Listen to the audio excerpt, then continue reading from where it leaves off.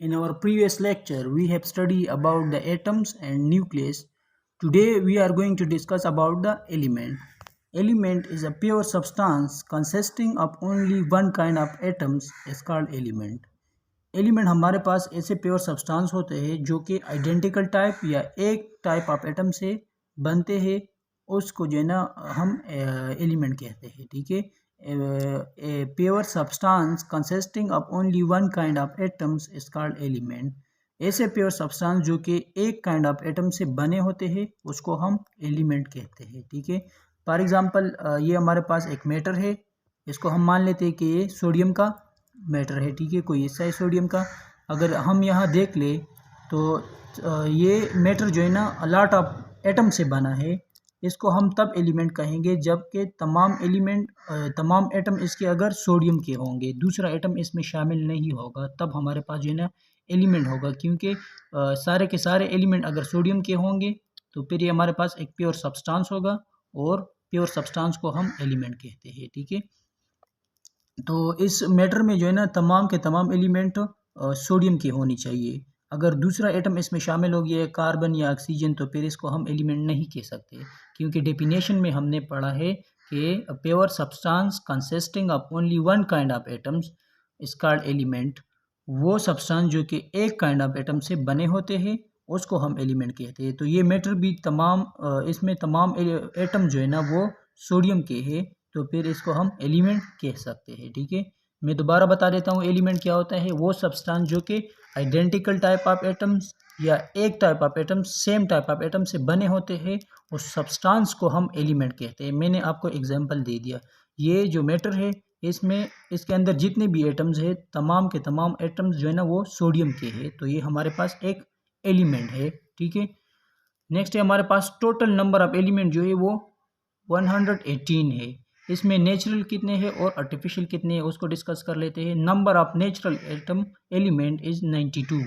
Natural atom जो है ना वो हमारे पास उसकी जो नंबर है वो 92 है।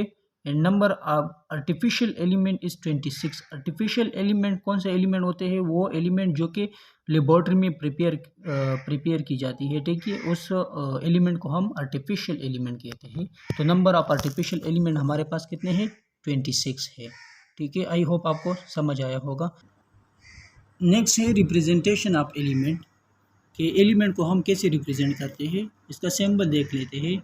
The abbreviated name of element is called symbol of element. ठीक है, जो एब्रीवेटेड नेम होता है या शॉर्टेस्ट नेम होता है किसी भी एलिमेंट का, उसको हम सिंबल कहते हैं। ठीक है, तो ये हमारे पास कुछ एलिमेंट्स है और इसके सिंबल आपके सामने लिखे हुए हैं। ठीक है, इसको हम हाइड्रोजन का जो शॉर्टेस्ट नेम है वो है हाइड्रोजन, एच है, सॉरी, हाइड्रोजन का जो सिंबल है वो है एच।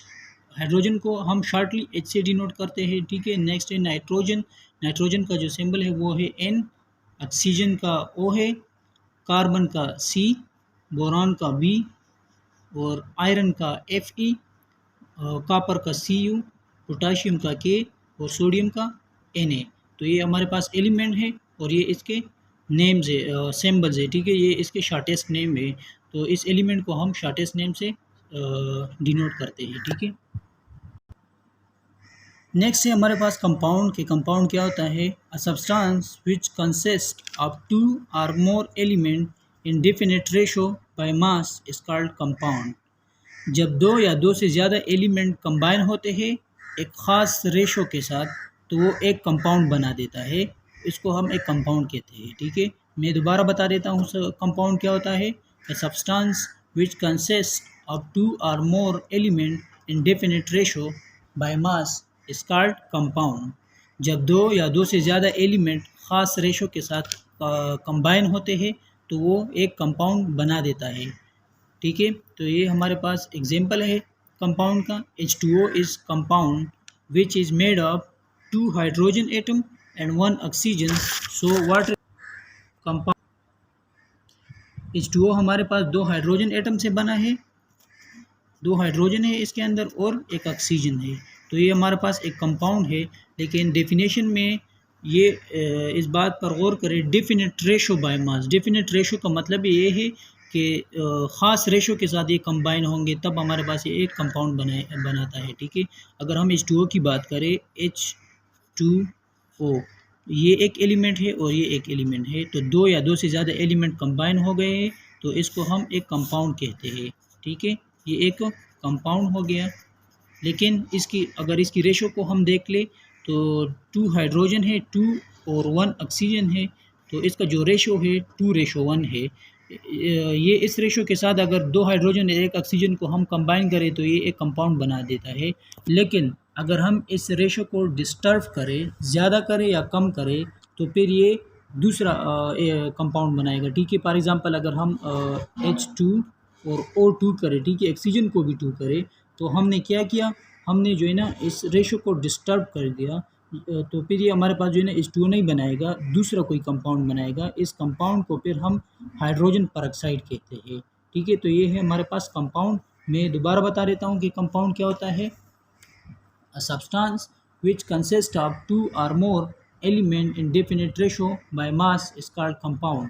कंपाउंड जब दो या दो से ज़्यादा एलिमेंट कंबाइन होते हैं एक ख़ास रेशो के साथ, तो वो एक कंपाउंड बना देता है।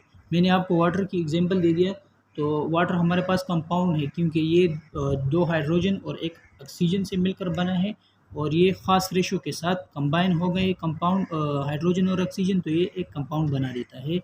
अगर इस रेशो को हम डिस्टर्ब करें तो फिर हमारे पास कोई दूसरा कंपाउंड बनेगा। ठीक है, अगर H2O2 करें तो फिर ये वाटर नहीं होगा बल्कि हाइड्रोजन पेरोक्साइड होगा। ठीक है, इसके अलावा हमारे पास कंपाउंड के एग्जाम्पल है सोडियम हाइड्रोक्साइड,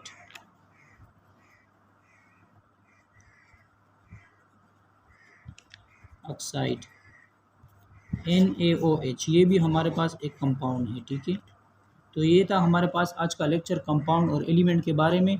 अगर इस लेक्चर के रिलेटेड कोई भी क्वेश्चन है तो आप कमेंट सेक्शन में पूछ सकते हैं।